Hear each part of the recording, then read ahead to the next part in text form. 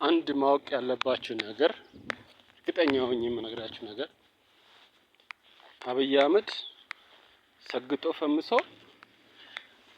አከሌን አሰረው፣ አዶናይን አሰረው።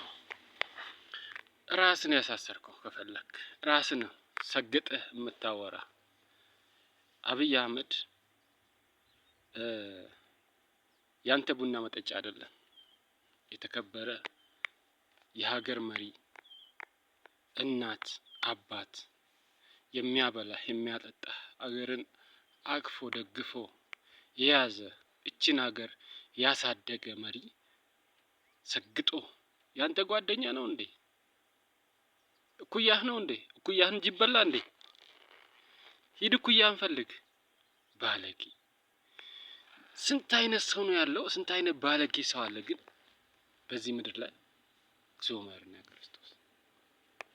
ይሄኔ አንተም እጅህ ውስጡ አለ። ለዚህ ነው እንደዚህ የሚያብላለ። አንዳንድ ጊዜ የምትናገሩትን ቴኬር እያያችሁ ተናገሩ።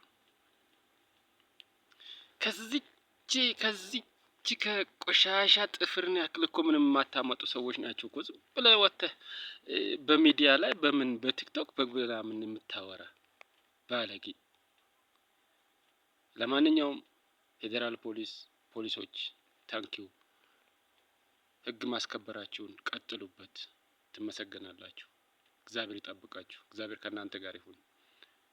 ለሀገር ህልውና የቆማችሁ ጀግናዎች ወታደሮች፣ ለእናት ሀገራችሁ የቆማችሁ ጀግና እስከ መጨረሻ እኔ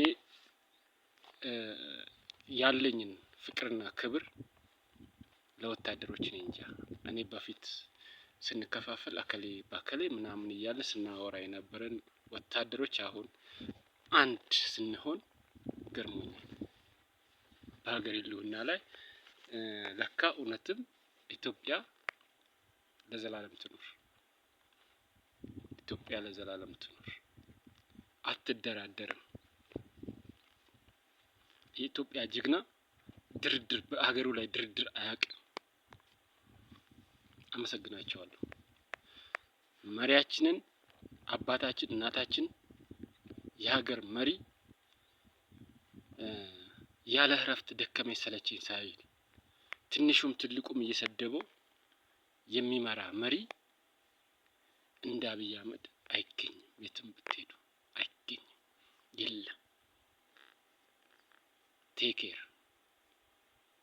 ቴኬር ራሳችሁን ተቆጠቡ። በእንደዚህ አይነት መሪያችሁን የምታንቋሽሹ ራሳችሁን ተቆጠቡ።